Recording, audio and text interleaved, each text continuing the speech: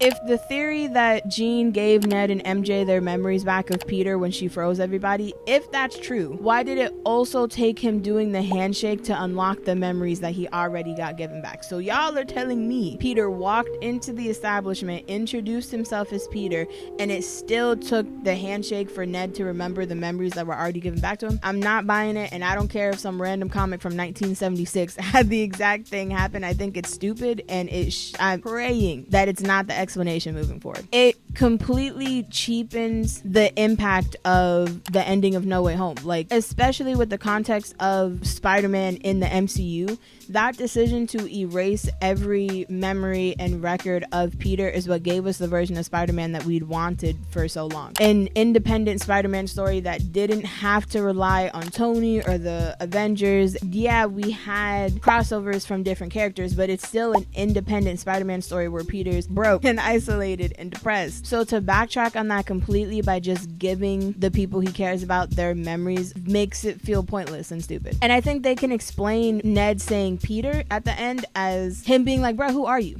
He saw Peter for the first time in his room at the party looking at the board of Spider-Man, and he tells him that he's always felt like he knew Spider-Man because it can't be a coincidence that he saved him over and over again in high school.